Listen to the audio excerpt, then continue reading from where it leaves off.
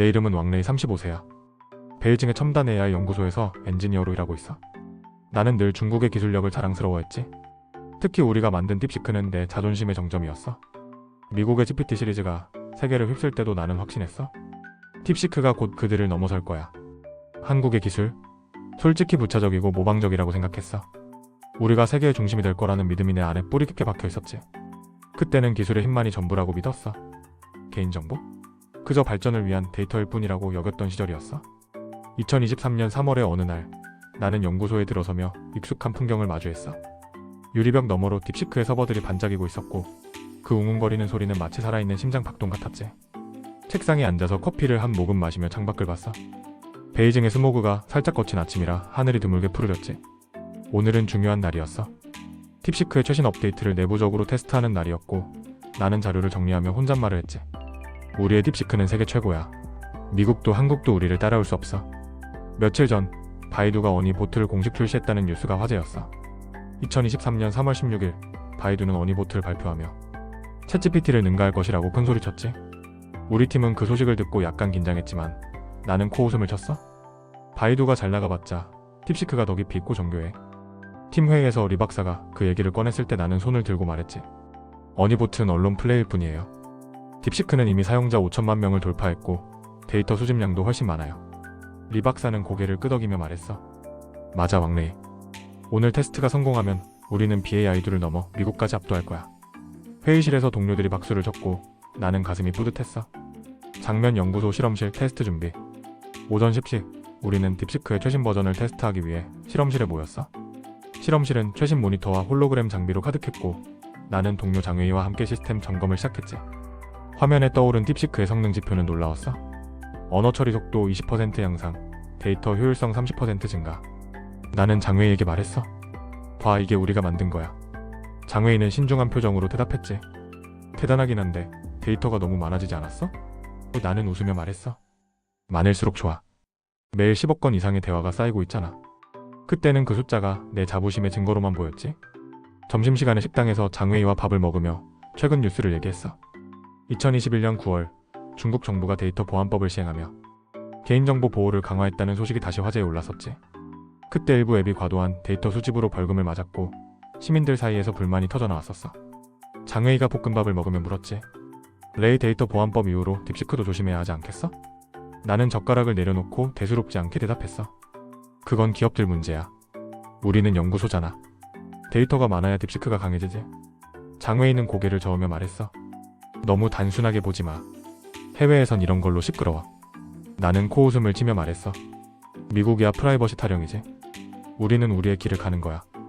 오후 테스트는 성공적이었어. 딥시크가 복잡한 질문에 실시간으로 답하고 번역과 검색에서 놀라운 정확도를 보여줬지. 나는 모니터를 보며 리 박사에게 말했어. 이제 GPT사도 우리 앞에선 장난감이에요. 리 박사는 미소 지으며 말했어. 좋아 왕레이. 다음 목표는 미국 시장 진출이야. 테스트가 끝난 후 우리는 회의실에서 맥주를 따며 사축했어. 한 동료가 건배를 제안했지. 중국의 기술력과 딥시크를 위해. 잔을 부딪히며 나는 속으로 생각했어. 이제 세계가 우리를 주목할 거야. 퇴근 전 나는 딥시크 사용자 피드백을 확인했어. 검색이 빨라졌다. 대화가 자연스럽다 같은 긍정적인 반응에 미소를 지었지. 하지만 한 사용자가 내 대화가 저장되는 거 아니냐? 며 불만을 적은 걸 봤어. 또 다른 사용자는 딥시크가 너무 많이 알아서 무섭다고 썼고 나는 화면을 스크롤하며 혼잣말했지. 불편하면 쓰지 말던가. 기술이 이런 거야. 하지만 그 불만이 머릿속에 살짝 남았어. 2021년 데이터 보안법 시행 후 비슷한 불만이 늘었다는 뉴스가 떠오르며 약간의 불안이 스쳤지. 설마 큰일이야 되겠어? 나는 고개를 저으며 그 생각을 떨쳐냈어. 퇴근 후 집으로 가는 길에 베이징의 화려한 야경을 봤어. 높은 빌딩과 네온 사이는 중국의 힘을 보여주는 듯 했지. 나는 이어폰으로 딥시크를 켰어. 딥시크 오늘 뉴스 요약해줘. 부드러운 목소리가 흘러나왔지. 오늘 주요 뉴스 BAI도 어니보트 출시로 AI 경쟁 가열, 중국 AI 산업 성장률 15% 돌파. 나는 만족하며 고개를 끄덕였어. 역시 우리는 최고야. 지하철에서 사람들의 스마트폰 화면을 보니 많은 이들이 딥시크를 쓰고 있었지. 그 모습이 내 자부심을 더 키웠어. 집에 도착해 아내 린과 저녁을 먹으며 오늘을 얘기했어. 린, 오늘 딥시크 테스트 성공했어. 미국을 넘어설 날이 머지않았어. 린은 국을 떠먹이며 물었지. 그럼 내가 만든 게 전 세계에 퍼지겠네? 나는 웃으며 대답했어. 당연하지. 중국의 기술이 최고야. 리는 살짝 걱정스러운 표정으로 말했어. 너무 많은 걸 아는 기계가 무섭기도 해. 나는 손을 내저으며 말했어. 걱정 마. 그게 기술의 힘이야. 그때는 개인정보가 단순한 숫자일 뿐이라고 믿었어. 딥시크의 성공이 내 눈을 가리고 있었던 거지. 침대에 누워 창밖을 보며 생각에 잠겼어. BAI도의 어니보트 출시 데이터 보안법 논란, 딥시크의 성공. 모든 게 중국의 기술력을 증명하는 듯 했지. 나는 눈을 감으며 혼잣말했어. 이제 세계는 우리를 따라올 거야. 그 순간 기술의 힘만이 세상을 바꾼다고 믿었어. 윤리나 인간성은 부차적인 고민일 뿐이었지. 하지만 그 오만은 곧 흔들릴 준비를 하고 있었어. 어느 날 딥시크를 통해 수집된 개인정보의 무서운 현실을 마주하게 됐어. 그때까진 데이터가 단순한 숫자라고 생각했지만 내 모든 것이 시스템에 노출되고 통제불능 상태임을 깨달았지. 기술의 이면에 숨겨진 어두운 그림자가 서서히 드러나기 시작했어. 내가 자랑스러워했던 딥시크가 나를 그리고 수백만 명을 감시하는 괴물로 변해가고 있다는 사실이 충격이었지. 2023년 4월의 어느 날 연구소에 들어서자 평소와 다른 긴장감이 감돌았어. 동료들이 모니터 앞에서 속삭이고 있었고 공기가 무거웠지. 나는 커피를 들고 책상에 앉으며 장웨이에게 다가가 물었어. 무슨 일이야? 그는 목소리를 낮추며 대답했어. 딥시크 데이터가 유출됐다는 소문이 있어. 국가보안부가 조사 중이래. 나는 놀라며 말했어. 유출?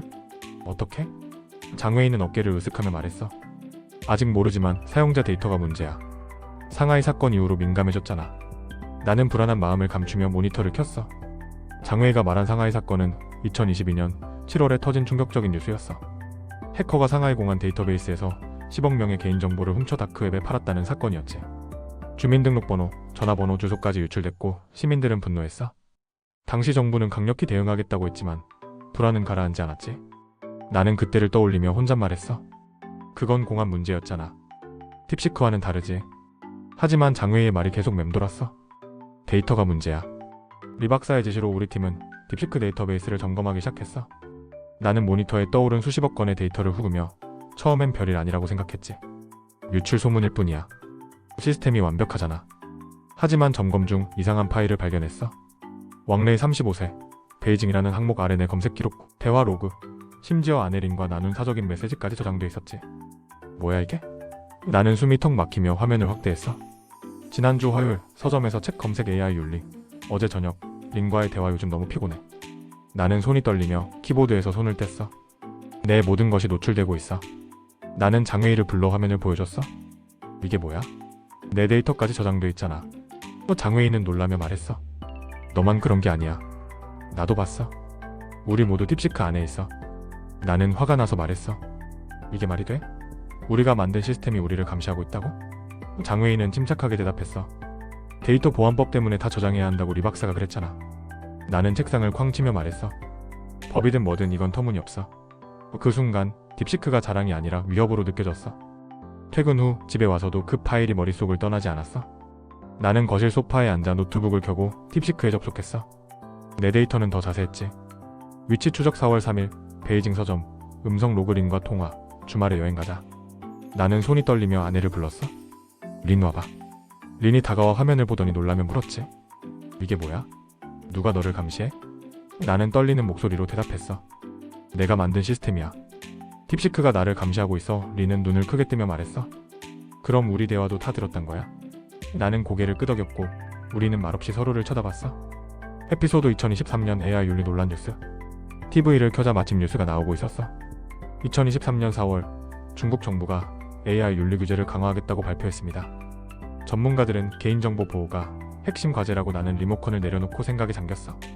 작년 상하이 유출 사건 이후로 AI 기업들이 데이터 수집을 줄이라는 압박을 받았다는 기사를 떠올렸지. 하지만 딥시크는 더 많은 데이터를 쌓고 있었어. 나는 혼잣말했어. 우리가 너무 멀리 갔나? 그때까진 기술의 성장이 최고라고 믿었지만 이제 그 믿음이 흔들리기 시작했어. 며칠 후 상하이에서 열리는 AI 컨퍼런스에 참석하게 됐어. 비행기를 타고 상하이에 도착했을 때 도시의 화려함은 평소와 같았지만 내 마음은 무거웠지. 컨퍼런스 첫날 나는 국제인권단체의 연구원 엘리자베스를 만났어. 조용한 카페에서 그녀는 나를 보자마자 물었지. 딥시크가 뭔지 아세요? 나는 자부심을 억누르며 대답했어. 내가 만든 AI야. 그녀는 심각한 표정으로 자료를 꺼냈어. 이건 중국에서 수집된 데이터예요. 상하이 유출 사건 이후에도 수백만 명의 사생활이 노출되고 있어요. 자료엔 딥시크로 추적된 대화와 행동 패턴이 적혀 있었고 나는 얼굴이 화끈거렸어. 이게 사실이야? 엘리자베스는 고개를 끄덕였어. 기술이 인간성을 말살할 수도 있어요. 그 말에 나는 말을 잃었지. 컨퍼런스 후 엘리자베스와 다시 만났어. 상하이의 야경이 보이는 호텔바에서 그녀는 맥주를 마시며 말했어. 2022년 상하이 사건은 시작일 뿐이에요. 딥시크 같은 AI가 계속 데이터를 쌓으면 더 큰 문제가 터질 거예요. 나는 반박하려다 멈췄어. 하지만 데이터가 없으면 기술이 발전 못해요. 그녀는 단호하게 말했어. 발전이 사람을 해쳐선 안 되죠. 당신 데이터가 유출됐다고 생각해봐요. 그 말에 나는 내 파일을 떠올렸고 등골이 서늘해졌어. 이미 내 데이터가 시스템에 있어요. 엘리자베스는 눈을 크게 뜨며 말했어. 그럼 당신도 피해자예요. 호텔로 돌아오는 길, 나는 황토강을 따라 걸었어. 강물에 비친 불빛이 아름다웠지만 내 마음은 혼란스러웠지. 엘리자베스의 말이 계속 맴돌았어. 기술이 인간성을 말살한다. 나는 스마트폰을 꺼내 딥시크를 켰어. 딥시크, 내 데이터를 삭제해줘. 하지만 차가운 대답이 돌아왔지. 권한이 없습니다. 나는 한숨을 쉬며 강물에 돌을 던졌어. 내가 만든 괴물이 나를 삼키고 있는 느낌이었지. 상하이 유출 사건, AI 윤리 논란, 그리고 내 데이터까지. 모든 게 얽히며 내 자부심을 무너뜨렸어. 호텔 방에서 린에게 전화했어. 린, 나 상하이에서 충격적인 걸 봤어. 딥시크가 사람들을 해치고 있어. 린은 걱정스러운 목소리로 물었지. 너 괜찮아? 무슨 일이야? 나는 한숨을 쉬며 말했어. 내가 잘못했어. 기술이 이렇게 될 줄 몰랐어. 린은 조용히 대답했어. 집에 와서 얘기해. 같이 생각해보자. 그 말에 나는 조금 위로를 받았지만 마음의 무게는 여전했어. 창밖 상하이의 야경을 보며 나는 혼잣말했어. 이제 뭘 해야 하지? 딥시크는 내 자랑이었지만 이제 그 그림자가 무서웠어. 기술의 힘을 믿었던 내가 잘못된 길을 가고 있었다는 깨달음이 시작된 순간이었지. 나는 메모장에 기술과 인간성이라고 적으며 다짐했어. 이걸 알아봐야 해. 한국 AI 전문가들과의 우연한 만남은 내 인생의 전환점이었어. 그들은 기술이 인간을 위한 도구이며 윤리와 존중이 동반되어야 한다고 가르쳐줬지. 상하이에서 본 기술의 어두운 그림자에 흔들리던 나는 한국에서 새로운 깨달음을 얻기 시작했어. 기술의 진정한 의미가 무엇인지 처음으로 마음 깊이 느끼게 된 순간이었지. 상하이 컨퍼런스를 마치고 며칠 후 나는 서울에서 열리는 AI 컨퍼런스에 초청받았어. 2023년 4월 말 인천공항에 도착했을 때 차가운 봄바람이 얼굴을 스쳤어. 공항 로비는 분주했고 한국어와 영어가 섞인 안내방송이 귀에 들어왔지. 나는 여행 가방을 끌며 속으로 생각했어. 한국 기술이라 해봤자 우리가 앞서 있겠지. 딥시크에 대한 자부심은 여전히 남아있었지만 상하이에서의 충격이 내 오만의 균열을 내고 있었어. 택시를 타고 강남으로 향하며 창밖을 봤어. 깔끔한 도로와 현대적인 빌딩들이 눈에 들어왔고 베이징과는 또 다른 화기가 느껴졌지. 호텔에 체크인한 후 TV를 켰어. 뉴스에서 2023년 3월 한국 정부가 AI 윤리 원칙을 발표하며 기술 개발의 윤리를 강조했다는 보도가 나오고 있었지. 앵커가 말했어. AI가 인간의 존엄성을 해치지 않도록 개인정보 보호와 투명성을 핵심으로 삼았습니다. 나는 리모컨을 내려놓고 혼잣말했어. 윤리 원칙? 그런 걸로 기술이 발전하나? 딥시크를 떠올리며 코웃음을 쳤지만 상하이에서 엘리자베스가 했던 말이 떠올랐어. 기술이 인간성을 말살할 수도 있어요. 나는 침대에 앉아 뉴스를 계속 들었어. 다음 날 컨퍼런스 장소인 강남 코엑스에 도착했어. 전시장엔 한국 AI 기업들의 부스가 가득했고 사람들이 최신 기술을 체험하느라 북적였지. 나는 부스 하나하나를 둘러보며 속으로 생각했어. 괜찮네. 하지만 딥시크만큼은 아니야. 그러다 패널 토론 세션에 참석했어. 그곳에서 김수연이라는 한국 AI 전문가를 만났지. 30대 후반의 침착한 여성으로 그녀는 개인정보 보호와 AI라는 주제로 발표를 시작했어. 기술은 인간을 위한 겁니다. 우리는 사용자의 데이터를 존중해야 해요. 그녀의 목소리는 단호했고 나는 메모장을 꺼내 적기 시작했어. 토론이 끝난 후 나는 김수연에게 다가가 말을 걸었어. 딥시크를 아세요? 그녀는 고개를 끄덕이며 대답했어. 알죠. 성능은 뛰어나지만 데이터 정책이 문제예요. 나는 방어적으로 말했어. 데이터가 많아야 기술이 발전하잖아요.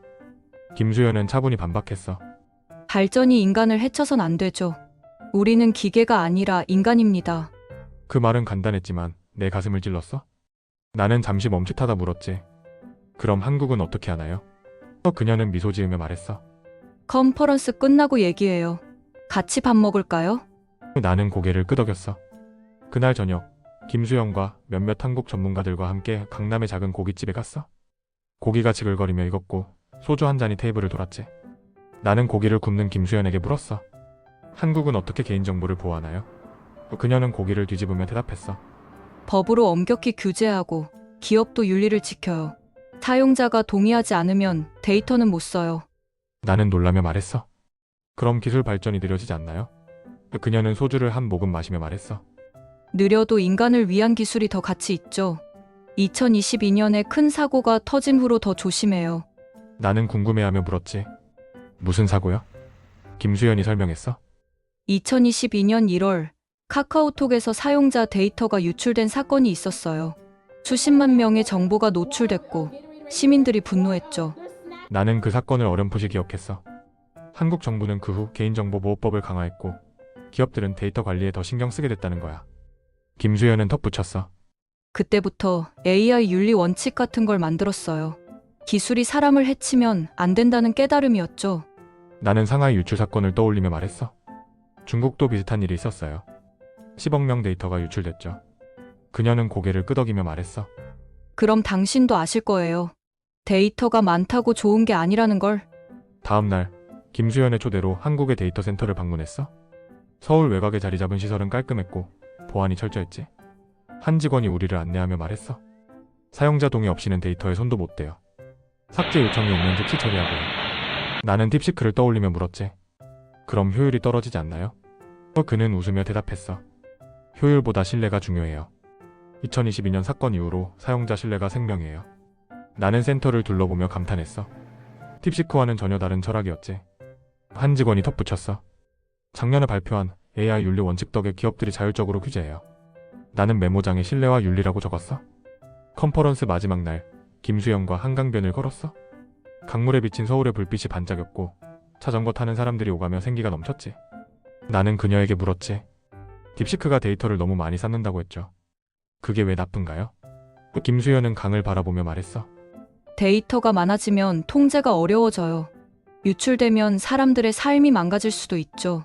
한국은 그걸 경험했어요. 나는 상하이 유출 사건을 떠올리며 말했어. 저도 제 데이터가 노출된 걸 봤어요. 무서웠죠? 그녀는 고개를 끄덕이며 말했어. 그럼 당신도 피해자예요. 기술은 인간을 지켜야 해요. 해치면 안 되죠. 우리는 벤치에 앉아 한참을 말없이 강을 바라봤어. 김수현이 조용히 말했어. 기술은 도구예요. 인간이 주인이어야지. 기계가 주인이 되면 안 돼요. 그 말이 내 오만을 깨부쉈지. 나는 딥시크를 떠올렸어. 내가 만든 AI가 나를 감시하고 수백만 명의 사생활을 침해하고 있었던 거야. 나는 강물에 돌을 던지며 혼잣말했어. 내가 잘못 봤어. 기술은 인간성을 지켜야 해. 김수현은 미소 지으며 말했어. 깨달았다면 변할 수 있어요. 그 순간 내 마음속에 새로운 씨앗이 심어졌어. 호텔로 돌아와 나는 메모장을 펼쳤어. AI 윤리 원칙, 2022년 유출 사건, 기술은 인간을 위한 도구. 김수영과 나눈 대화를 하나씩 적으며 생각했어.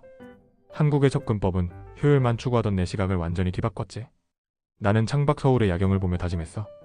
이걸 중국에 가져가야 해. 팁시크를 바꿀 수 있을지도? 잠이 들기 전 나는 아내 린에게 메시지를 보냈어. 린, 한국에서 많은 걸 배웠어. 집에 가면 얘기할게. 컨퍼런스가 끝나고 인천공항으로 가는 택시 안에서 나는 창밖을 보며 생각에 잠겼어. 한국의 AI 윤리 원칙과 개인정보 보호는 단순한 규제가 아니었어. 인간을 위한 기술의 방향을 보여주는 길잡이였지. 나는 딥시크의 어두운 그림자를 떠올리며 혼잣말했어. 내가 뭔가를 해야 해. 비행기가 이륙하며 나는 새로운 깨달음을 안고 베이징으로 돌아갈 준비를 했어.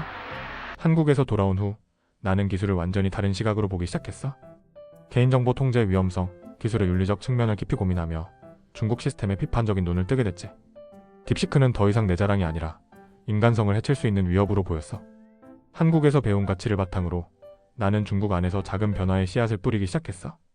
그건 거대한 혁명이 아니라 조용하지만 단단한 첫걸음이었지. 인천공항을 떠난 비행기가 베이징에 착륙했을 때 익숙한 스모그 냄새가 나를 맞았어. 2023년 5월 초의 아침, 공항 로비는 사람들로 북적였고 나는 여행 가방을 끌며 집으로 향했어. 창밖으로 보이는 베이징의 회색 하늘은 서울의 맑은 강물과 대조를 이뤘지. 택시 안에서 나는 메모장을 꺼내 한국에서 적은 글을 읽었어. AI 윤리 원칙, 기술은 인간을 위한 도구. 김수현의 말이 머릿속에 맴돌았어. 기술은 인간을 지켜야 해요. 나는 한숨을 쉬며 혼잣말했어. 여기선 그게 가능할까? 집에 도착하자 아내 린이 문을 열어줬어. 레이, 잘 다녀왔어? 나는 가방을 내려놓고 소파에 앉으며 대답했어. 응, 근데 마음이 무거워. 린은 차를 내오며 물었지. 무슨 일 있었어? 나는 한국에서의 경험을 털어놨어. 딥시크가 사람들의 사생활을 침해하고 있어. 내 데이터도 저장돼 있었고 한국에선 그런 걸 막으려고 노력하더라. 리는 놀라며 말했어. 그럼 우리 대화도 타들었단 거야? 나는 고개를 끄덕였어. 그래서 바꿔야겠다고 생각했어. 리는 내 손을 잡으며 말했어. 너라면 할 수 있어. 천천히 해봐. 그 단순한 지지가 내 마음을 움직였어. 다음날 연구소로 돌아갔어. 책상에 앉아 커피를 마시며 뉴스를 확인했지. 2023년 5월 중국 정부가 AI 생성 콘텐츠 관리 규정을 발표하며 AI 윤리를 강화하겠다고 밝혔다는 기사가 눈에 띄었어. 기사엔 개인정보 보호와 데이터 투명성을 높여야 한다는 전문가 의견도 실려 있었지. 나는 혼잣말했어. 이제야 움직이나? 작년 상하이 데이터 유출 사건 이후로 정부가 AI 기업들을 압박하고 있다는 소문이 돌았었어. 딥시크도 예외가 아닐 거라는 생각에 마음이 복잡했지. 오전에 장웨이를 만나 커피를 마시며 얘기했어. 장웨이 내 말이 맞았어. 개인정보가 문제야. 그는 놀라며 물었지. 갑자기 왜? 한국에서 뭐 봤어? 나는 한숨을 쉬며 설명했어. 딥시크가 나를 감시하고 있었어. 내 데이터가 다 저장돼 있더라. 한국에선 사용자를 존중하는데 우리는 너무 멀리 갔어? 장웨이는 고개를 끄덕이며 말했어. 나도 불안했어. 2022년 디디추싱 사건 이후로 사람들이 데이터에 민감해졌잖아. 그는 작년 디디추싱의 데이터 유출 사건을 언급했어. 2022년 6월 디디추싱이 5천만 명의 정보를 부적절하게 관리했다는 이유로 80억 위안 벌금을 맞고 시민들의 거센 반발을 샀던 일이었지. 나는 단호하게 말했어. 이제라도 바꿔야 해. 며칠 후 팀 회의에서 나는 용기를 냈어. 리 박사와 동료들 앞에 서서 말했지. 딥시크의 데이터 정책을 바꿔야 합니다. 사용자 동의 없이는 데이터를 쓰지 말자고요. 회의실이 조용해졌고 리 박사는 눈썹을 찌푸렸어. 왕레이 그럼 성능이 떨어져. 지금 잘 되고 있잖아. 나는 반박했어. 성능보다 인간의 존엄성이 중요해요. 한국에선 그렇게 하고도 잘 돼요. 동료들이 웅성거렸고 장웨이가 나를 지지했어. 레이 말이 맞아요. 디디추싱처럼 망하고 싶지 않으면 신뢰를 쌓아야 해요. 리 박사는 한숨을 쉬며 말했어. 정부 규제 때문에라도 생각해볼게. 자료 준비해서 다시 얘기해. 회의 후 나는 디디추싱 사건을 다시 떠올렸어.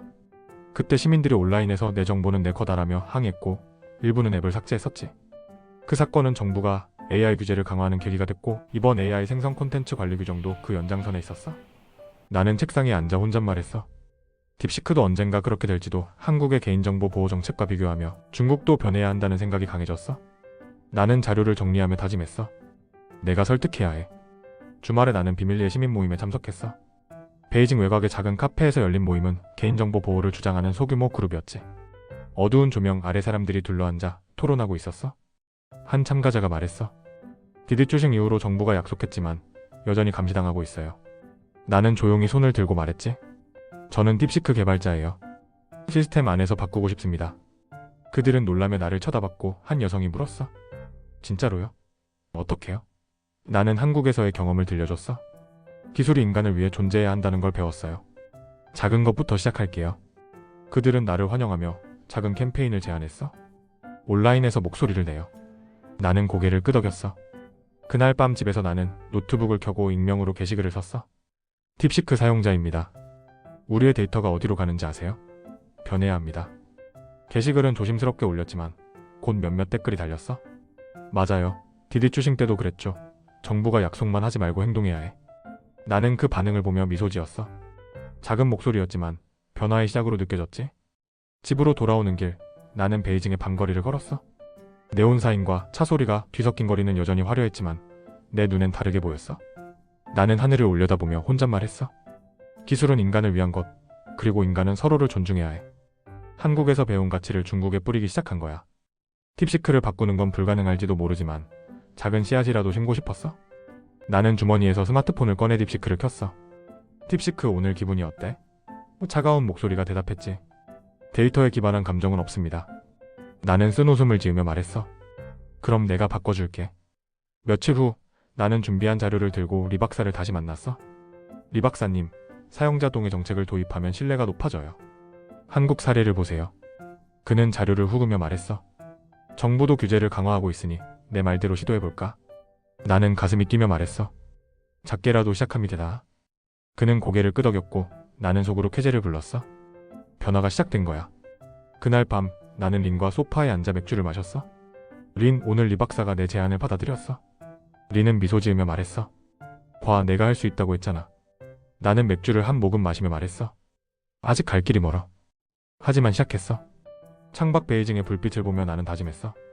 딥시크는 더 이상 나의 오만이 아니라 인간성을 위한 도구로 거듭날 거야. 잠이 들기 전 나는 꿈에서 한국의 한강과 베이징의 거리가 하나로 이어지는 모습을 봤어. 오늘은 해외의 뜨겁고 따뜻한 중국 딥시크의 담당자에 관련 사연을 각색해 보았습니다. 오랜 시간 함께 해주셔서 감사합니다. 구독과 좋아요는 하스톤의 가슴을 두근거리게 하고 다음 편 제작에 힘이 됩니다.